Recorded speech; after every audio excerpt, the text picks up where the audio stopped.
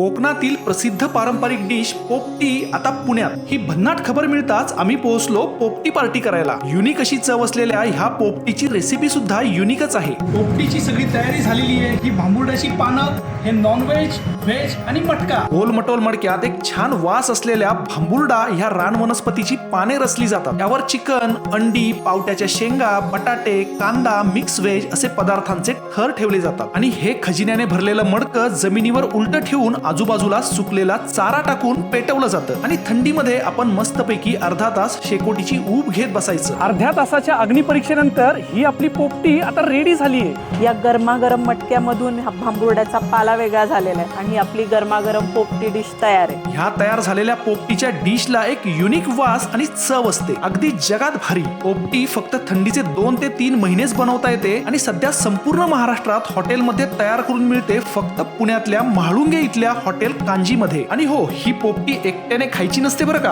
पोपटी पार्टी झाली पाहिजे. त्यामुळे लगेच ही रील आपल्या मित्रांना शेअर करा आणि पोहोचा आपल्या ग्रुपला घेऊन पोपटी पार्टी करायला.